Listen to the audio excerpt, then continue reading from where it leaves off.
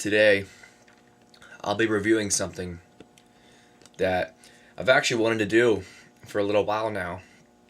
And most of you have already read the title, and you can see what that is. But in case you haven't, it's the Sly Cooper Trilogy. And you know what? You know why I'm doing this? Is because we can't call it a trilogy for much longer. Yes, they're making a fourth Sly game, and I'm actually looking forward to it. It's very rare that I actually look forward to a newer game. But Sly Cooper, Thieves in Time, number 4, I'm actually looking forward to it. So, let's hope it's a good game, and let's review what came before this upcoming fourth title. Let's get started on the original Sly Cooper and the Thievius Raccoonus. This one came out in 2002. Now, I got this game probably within, the first month it came out originally. And obviously this isn't my original copy. It's because I sold a whole bunch of games when I was younger like an idiot. But I have a greatest hits version right now because that's what I could find on the cheap. But, yeah, I bought this game back in 2002 within the first month that it came out. And I loved this game. I played the shit out of it. I played it so often that actually, I knew that every little tiny little secret was, every breakable, just stuff like that. I knew what vault had which, I knew what the enemies were. It's just, I loved this game. I mean, it was one of my favorite games on the PlayStation 2, and still is to this day. Just one of my favorites. But this game really was, in every way, a perfect platforming game for the PlayStation 2's early years, PlayStation 2 came out in 2000, and by, mid-2002, this was already out, and people loved it.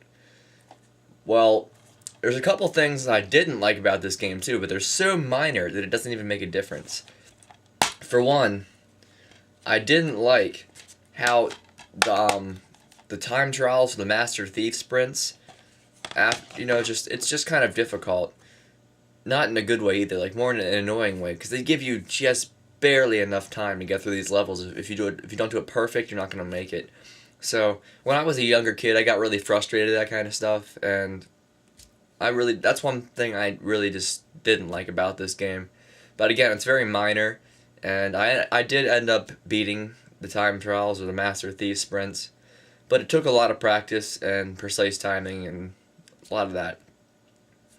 Another thing I really just kind of didn't like about this game was the AI was sometimes a bit unfair.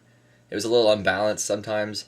Sometimes you could get hit, and then you'll get, I actually went glitched through a floor once on the gunboat graveyard. I went through the boat one time, and when I came back up, I just got slammed again, and, in the damage system in this game, you only have 1, 2, or 3 hits at the most, unlike the other games later on.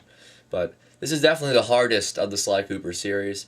But in my opinion, it's probably the best, due to originality and just really the sheer difficulty. It really made the replay value a little bit higher. It was a difficult game, and it was actually the only one in the Sly Cooper series that actually used a life system, because if you died in the future games, it wouldn't matter. You could just restart. But you actually had a limited amount of lives in this game, so it made it a little bit more difficult, and it was a really fun game for its time. It wasn't very long. That's another complaint I have. It wasn't a very long game, but it made up for it for a lot of just really fun perks, and it was worth every penny I spent on it back in the day. I mean, I was 2002. I wasn't very old, so I'm sure my parents got it for me, but it was a great game for its time, and it had one of the coolest boss fights in video game history, if you ask me. Miss Ruby from the Fourth World, the Swamp. Miss Ruby was one of my favorite bosses, because it's just really rhythmic kind of boss that reminds you of playing Busted Groove or DDR, but to a much better extent. And it was very difficult, but if you have some rhythm, it's a really fun boss fight. So Sly Cooper, the original one, was an amazing game in every way. I mean, I would give it probably a 9.5, 9 or 9.5 out of 10 if I had to give it a rating. The only thing that makes it go down from a 10 is simply the so tight, precise time trials, and that's really about it. I wish the game was a little longer as well, but it's still a great game and it deserves to be on everybody's collection. So that's the first one. Let's fast forward 2 years to 2004 for Sly 2. Now, Sly 2, Band of Thieves, went a totally different direction than Sly 1. Sly 1 was more along the lines of a more linear, but you could go in different levels, kind of like a Mega Man style, where different levels are available at all the times. But Sly 2 took more of a mission approach with a free roaming map. Instead of having just a home world with like a small home world, like in the first game had a small home world with different levels you could go into. This had a larger, much larger home world, and the levels were much more spread out and they were more linear. Like you could play as Bentley and you could play as Murray too. But some people didn't like that, but it was a decent transition to make the game appeal to a wider audience. Now, personally, I always like just playing as Sly because the game, it is called Sly Cooper. So I always just stuck with playing as Sly unless I had to do a mission with the other guys, which you normally do at least once with them. They weren't utilized as much as they were in the third game, but it's still fun. And something that really made this game awesome is the addition of all these different attacks you could assign to different buttons.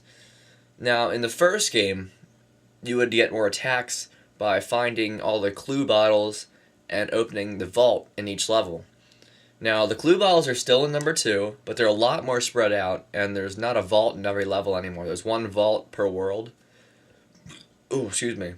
But that one vault per world doesn't always house something you need, but it is for completion's sake. If you want to get 100%, you have to open all these vaults. And they actually have some very, very useful items inside. And what also was new to this one was the ability to buy power-ups. Now, some people, again, didn't like this. Some people just wanted to unlock them. But being able to buy them at any time you like, as long as you had the money, was pretty nice.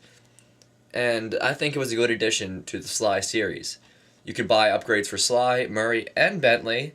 As long as you had the money, each mission would have, I think it was 3 different things for each mission. And you could buy them anytime you want, and you could utilize them with the L2, R2, or the R1 buttons. Or L1, L2, or R2 buttons. You could utilize those anytime you wished. It was nice. There was a run feature added to the game, so you could actually run and walk. So it was a lot more stealthy than the first game was. It wasn't just running around. You could actually sneak up on your enemy, and you could pickpocket them. That was a brand new concept, too, for Sly. You could pickpocket by using a certain button designated by the controller, and you could pick money out of their pockets. And some enemies had rare items that were worth anywhere from 20 to 150 coins or something, and you could sell those, and they could go towards your upgrades in later missions. It was kind of nice. It was pretty fun, and it added a lot of exploration factor to the Sly too.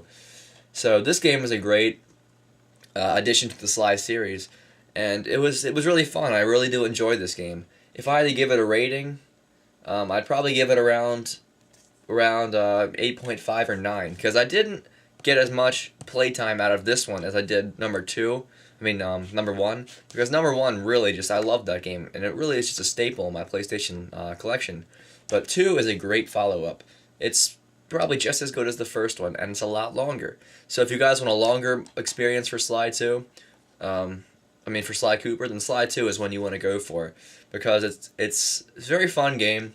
It's got some challenging aspects, although it is easier than the first game. Definitely easier than the first game. The bosses are much easier and everything, but it's still a fun experience, and you should have this in your PlayStation library. So that's Sly 2. Okay, so let's move on to our third and, our final. We can only call it the final for just slightly longer until 4 comes out, which I'm actually kind of excited about. So, Sly 3, Honor Among Thieves. Now, for me, this was kind of a disappointment. Now, most of you guys are saying, oh man, he doesn't like Sly 3, and that's not true.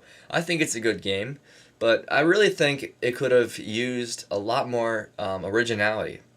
Now, if you look at Sly 2 and Sly 3 to the side, they basically used the same exact engine, because this came out only a year after Sly 3. They pretty much used the same exact engine, but one thing I hated about this game is they removed the clue bottles, They removed all those clue bottles. They removed the vaults. So only you couldn't unlock your abilities. You had to buy everything now. So that kind of was a downside to me. Um, Something also that they did is they made you play as these different plane or boat levels all the time. I mean, not just a little bit, but a lot. And it felt like you really weren't playing as Sly all that often in this game, unless you went out and roamed yourself and pickpocketed people, because that's still in the game, which is nice. But it feels like you don't have enough gameplay as Sly this time, and more along you're playing as Bentley and Murray and the later characters you pick up with. You're playing more as them than you are as Sly, and that really just turned me off to this game a lot more than I thought it would. Now, this is by no means a bad game. Like I said, the pickpocketing is still there, and it's actually stronger than ever because you are required to pickpocket guys often in this game to be able to afford all the power-ups, because there's a lot more in this game. And, well, not a lot more, but there's more. And they're actually pretty expensive in this game compared to the other one where you could pretty much buy them if you did a decent amount of pickpocketing the level before. And, something I forgot to mention in Slide 2. There are also valuable items, like 3 or 4 hidden in each level, and if you get them back to the hideout without being hit, you could cash them in for a high prize value, like, at least a couple hundred coins, all the way up to 800 or so in later levels. They took that out in this game, too. I don't know why. There's no reason to take it out. It's just, I don't know. They took out the clue bottles, the vaults, and they took out the valuable items. So getting money was a lot more difficult than it should have been in Sly 3. Add that on top of the annoying vehicle levels, some dodgy bosses, and it's just I really just was disappointed by this game in more ways than I thought I would be. It's still a fun game, and they added something that was almost a precursor to achievements in this game. They added something called Master Thief Challenges. Now, Master Thief Challenges, basically, you'd beat the episode of the game, and you could go back and it would say jobs and challenges. Now, you would unlock a list of challenges that you would have to do under time constraints or on a harder difficulty, and you can only take so much damage or just stuff like that. You know what I mean? Like, it's pretty much a precursor to achievements, because this came out, I think Xbox 360 was almost out by 2005, but this was just it's a good addition to the Sly trilogy. But I don't think it's a good way to wrap it up, and that's why I'm glad they're making a 4th game, because the ending was kind of disappointing. That's just the way I look at it. Good thing about this game is, though, it's also very long, like the second game. It actually might be a little bit longer than the second game, but the gameplay isn't as captivating as in the second game, and it's just you'll find yourself taking a lot more breaks playing this game than you would in the second one or even the first one. The first one is just really the best one in my opinion. But Sly 3, it has 3D in some missions. Now, I played with the 3D a little bit, and it's kind of cool to see Sly, or he already pops out of the picture with the shell shading, but it's really cool to see him actually pop out of your TV, and it's a little different. Most games didn't utilize 3D, even in 2005. Mostly that was a Nintendo era, like Rad Racer. But it was really cool to see 3D Sly. That was awesome. It was definitely an upside. But something else that they added was multiplayer. Now, it wasn't career mode multiplayer, but there was a 2-player, it says, on the case here, it says multiplayer mode, steal through split screen and head-to-head and co-op missions. Pretty cool. It's not bad. But, again, it's underwhelming. It's underwhelming. So, they really should have put more time into Sly 3. I wouldn't have minded waiting another year until, they put more into it. Just like I said, they really took the fun out of it for me by removing the clues and the valuables and the vaults. So you didn't really have to unlock a whole lot. It was kind of disheartening. But Sly 3 was a good game nonetheless, and I'd give it probably about a 7 out of 10. Now, 7 out of 10 is definitely not a bad grade. Sly 2, I'd give it about an 8.5 to a 9. And Sly 1, I'd give it about a 9 to a 9.5. So they're all great games. You should add them to your library of games. And, really, guys, tell me below what you think of the Sly series. And mostly, what do you want to see in Sly 4, Thieves in Time? Personally, I would like to see the comeback of more gameplay as Sly, and not so much as Bentley and Murray and all the other characters. I'd like to see a game where it's mostly focused on mainly Sly, because that's how it was started and that's how it should always be. That's not too hard to ask for. I'd also like to see the return of the clue bottles and the vaults. I'd like to see more unlockables. More unlockables as in abilities, and maybe even just a few more variety of levels of gameplay. You know, take out the stupid vehicle levels, bring back the stealth missions, bring back more of those, because I really miss those, and I don't like those straight brutality kind of missions like with Murray. They're okay, but they get really dull really fast. And really, guys over there who are making Sly 4, hopefully you won't screw this one up and make it a great game for the younger audience, because today kids that were 8 to 10 years old when I first played Sly, they're not really getting a great experience anymore with games. So hopefully you guys in Sly 4, if any of you guys are watching it who are developing Sly 4 Thieves in time, take some of these tips and incorporate more stuff from the first game. It was a great experience, and it should be always, something that should stay great. Don't let it happen. Don't let it turn into Crash Bandicoot today. Something like that. So with that, guys, thanks for watching. And the Sly Trilogy is something you should definitely put into your PS2 collection or library, and you should play the crap out of them. Thanks for watching.